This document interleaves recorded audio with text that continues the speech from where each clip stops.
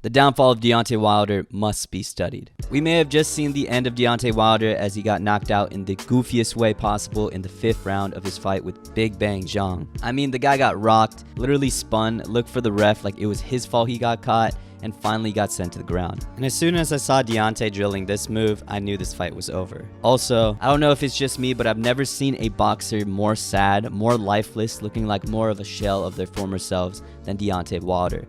This is in stark contrast to his smiling, screaming, full of energy version of himself just a couple years ago when he was riding a 42-0-1 record with all but one of his wins being knockouts. But of course, with 4 of his last 5 fights being losses, and even worse, all of those losses being bad beatdowns and 3 of those 4 losses being viciously bad knockouts, losses like those will sap the energy out of any man. So in today's video, let's uncover how Deontay Wilder, who was on top of the world at one point, lived by the sword and eventually died by it because he refused to evolve. So let's go back to 2018, when Deontay Wilder was on top of the world. Right before his first clash with Tyson Fury, he was 40-0 with 39 KOs. You heard that right. Deontay Wilder professionally fought 40 times and knocked out 39 of his opponents, with the only fight going to decision being his first fight with Bermane Stiverne. But of course, Deontay Wilder would make right in their second fight through one of his most violent and viral knockouts when he first dropped Stiverne with a 1-2 down the middle. He proceeded to stand in front of Stiverne menacingly, dropped him again with crazy whipping power shots, and then dropped him a third and final time by sliding into that knockout. He had other viral knockouts all across the board by this time. You guys probably remember his knockout of Luis Ortiz in their first fight, where he came back from being outboxed.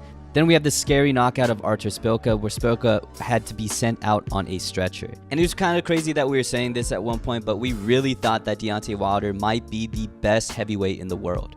I remember back in 2018, everyone had a reasonable argument for any one of these 3 undefeated heavyweight boxers being the best heavyweight at the time, but without them fighting each other, no one really knew who was truly the best. It wasn't until the end of 2018 when we would get some sort of answer when Deontay Wilder would finally square off against Tyson Fury.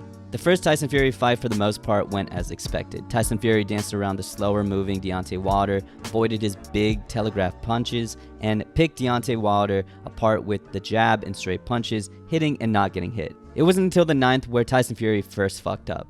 He got a little cocky after eating the big right hand from Deontay Wilder, let his guard down literally and metaphorically, which led to Wilder landing another right, sending Tyson down for the first time in the fight. Tyson went on to outbox Deontay Wilder in the 10th and 11th, but messed up again, not keeping his range with Deontay in the last round and got complacent, which led to Deontay Wilder finally finding an opening for his straight right hand, followed by a giant left hook, sending Tyson down to the canvas again.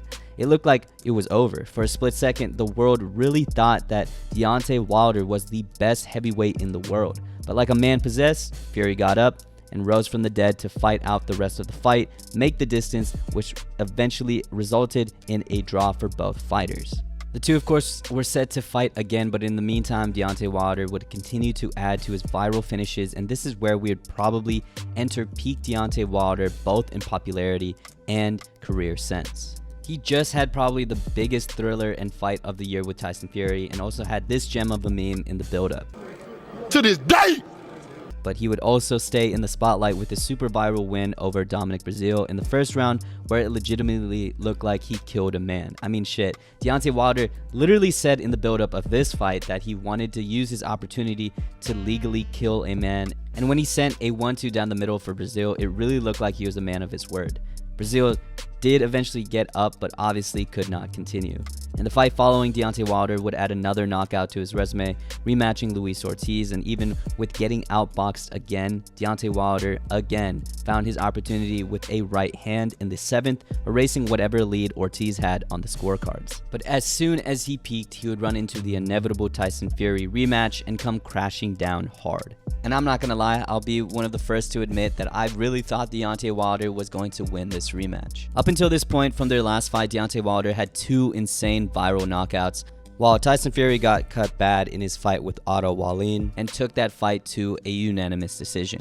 I also bought into the logic of Deontay Wilder saying that Tyson Fury, or any opponent for that matter, has to be perfect for all 12 rounds, while Deontay only had to be perfect for 2 seconds. When in reality, I should have bought into what Tyson Fury was claiming, because he made an insane claim at the time that he was going to be the one to knock out Deontay Wilder. And it was Tyson Fury who was a man of his word. In the craziest and most unexpected game plans I've seen live on pay-per-view, it was the so-called boxer Tyson Fury immediately coming forward and putting the so-called puncher on the back foot. He was catching Wilder early with big shots in the first and the second, until he would finally find his shot in the third and drop Deontay Wilder for the first time. And by this point, Deontay's legs were shaking like a stripper and wobbling bad, and it just looked like he had no calibration in his legs. He again put Deontay on his ass in the fifth with a body shot that looked like it just pushed an already rocked Deontay Wilder to the ground, and momentum was all on Tyson Fury's side. And in the seventh, Deontay Wilder's reign at the top would soon come crashing down in that corner as he took a beatdown from Fury's power straight punches, leading to Wilder's corner throwing in the towel. And after this loss, Deontay would play the blame game. The first move Wilder made after this loss was to fire Mark Breland, the cornerman that threw in the towel that probably saved some of Deontay's brain cells and years on his life. He also continued to blame his 40-pound costume he walked in with, saying, quote, "He didn't hurt me at all, but the simple fact is that my uniform was way too heavy for me. I didn't have no legs from the beginning of the fight." But between his cornerman or his ridiculous costume, there was no mention of accountability on his part. Never was there a mention that he could have added something new to his game, or it was his fault for not adjusting. No, it was his real steel costume that cost him this fight. Anyways, with zero accountability and thus zero adjustments for his next, third, and final fight with Tyson Fury, it was a beating waiting to happen. Though Deontay Wilder had come into this fight the biggest he's ever come in at, Tyson Fury had solved the Deontay Wilder puzzle long before the weigh-ins, and this fight basically started like the first. Deontay tried to pop the jab more, but that was no match for Tyson Fury's pressure and confidence, which eventually caught up to Wilder in the third after a right hand that rocked him on the ropes and a sneaky right uppercut in this clinch to send him down. But credit to Deontay Wilder in this fight, he recovered to fight hard in the fourth, came back and landed a classic right hand, sending Tyson Fury down. He really capitalized in this moment, dropping a desperate Fury, trying to get Wilder back again in this fourth with a close left hook. But that success was short-lived. Tyson Fury from the seventh slowly but surely beat the energy from Deontay Wilder, repeatedly rocking Wilder standing up. Fury would again drop Wilder in the 10th, and from Deontay's body language, it looked like the beginning of the end.